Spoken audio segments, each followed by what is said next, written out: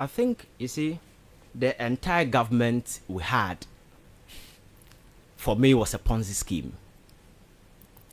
Many people saw it as government that was running an enterprise of government, but it was a Ponzi scheme.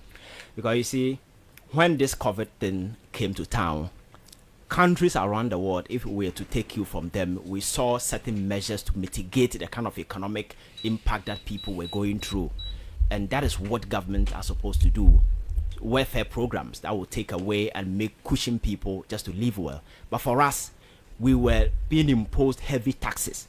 Aside that, there were a lot of monies that were coming in. These monies were supposed to be channeled into enterprises that will cushion people, but government decided to make that particular thing some kind of a Christmas bonanza for themselves. So people started using expressions and acronyms to amass this money for themselves. So when the Auditor General came out with a report, as a serious democratic country, the expectation is that the state will move in just to retrieve or do something just to ensure that people who one way or the other stole from the state will be recovered. But the state was, well, the attitude was the same, indifferent.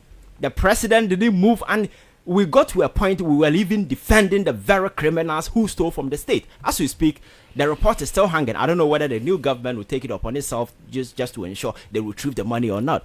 But there is a disease. People are desperate.